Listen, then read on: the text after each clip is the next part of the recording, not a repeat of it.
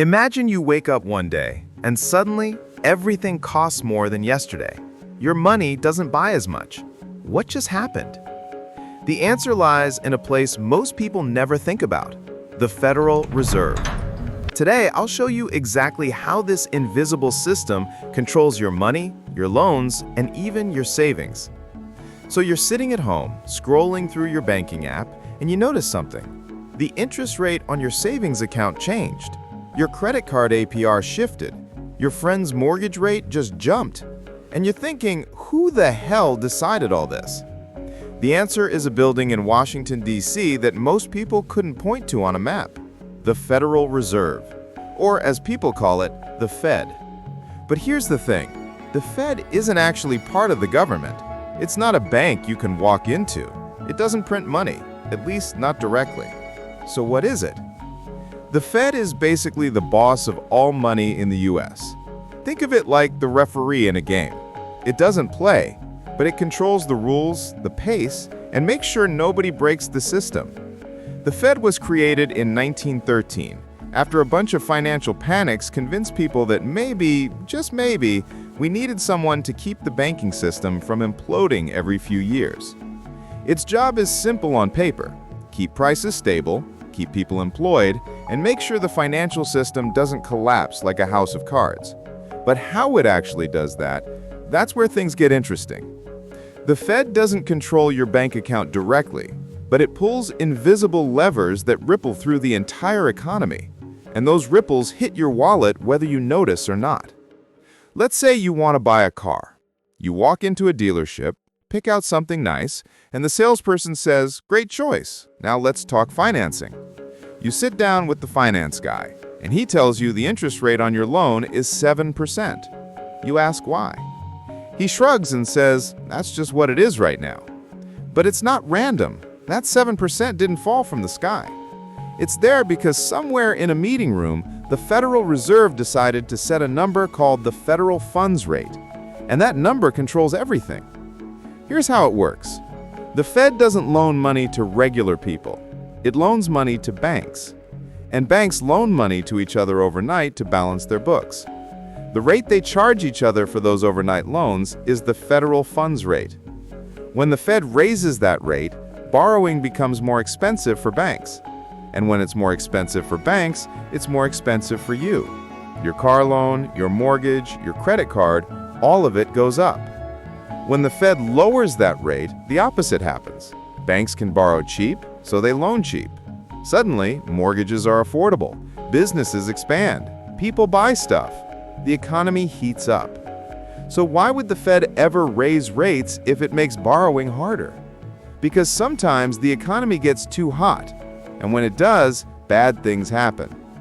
You walk into the grocery store, grab the same cart of food you always buy, and at checkout, the total is $30 more than last month. You didn't buy anything extra. Nothing changed, except the price. That's inflation. And it's not just groceries. It's gas, rent, concert tickets, that burrito you love. Everything costs more and your paycheck stays the same. So what causes this? Simple. Too much money chasing too few things. Imagine there are 100 people and 50 TVs. Everyone wants a TV, but there aren't enough. So the store raises the price until only 50 people can afford it. Now imagine the government prints a bunch of money and hands it to everyone. Suddenly, those 100 people all have more cash, and they all still want that TV. But there are still only 50 TVs. So the store raises the price again. That's inflation. Your money didn't disappear, it just buys less. And this is where the Fed steps in. When inflation starts creeping up, the Fed has a choice: let it run wild and watch everyone's savings become worthless, or pump the brakes. So they raise interest rates. Higher rates mean borrowing is expensive. People and businesses spend less, demand drops, prices stabilize. It's like turning down the thermostat when the room gets too hot. But here's the problem. If the Fed raises rates too much, the economy freezes. People stop spending. Businesses stop hiring. Layoffs happen. That's a recession. So the Fed is constantly walking a tightrope, trying to keep inflation low without crashing the economy. And sometimes they mess up. In the 1970s, inflation got out of control because the Fed didn't act fast enough. In 2008, they had to slash rates to zero to stop a financial collapse. In 2022, they raised rates aggressively to fight inflation after years of cheap money. Every decision the Fed makes is a gamble, and you feel the consequences. Let's say you want to buy a house. You've saved up, you're ready, and you start looking at mortgage rates.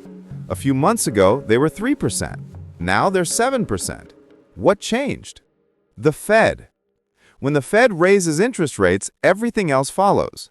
Mortgages get more expensive, car loans cost more, credit cards charge higher APRs, even your savings account, if you're lucky, might finally pay you something. But here's the thing. The Fed doesn't directly set your mortgage rate. It sets the federal funds rate, and the rest of the market adjusts. Banks borrow from the Fed or from each other at that rate. Then they add their own markup and loan it to you. So when the Fed raises rates, banks raise rates. When the Fed cuts rates, banks cut rates. It's a chain reaction. Now, higher interest rates aren't all bad. If you're saving money, higher rates mean your savings account actually earns something. Bonds pay more, CDs become worth it again. But if you're borrowing, you're screwed. Your mortgage costs more, your credit card debt piles up faster. That car loan you thought was affordable suddenly isn't. This is why people obsess over Fed meetings. Every few months, the Fed announces whether they're raising, lowering, or keeping rates the same. And the entire market reacts.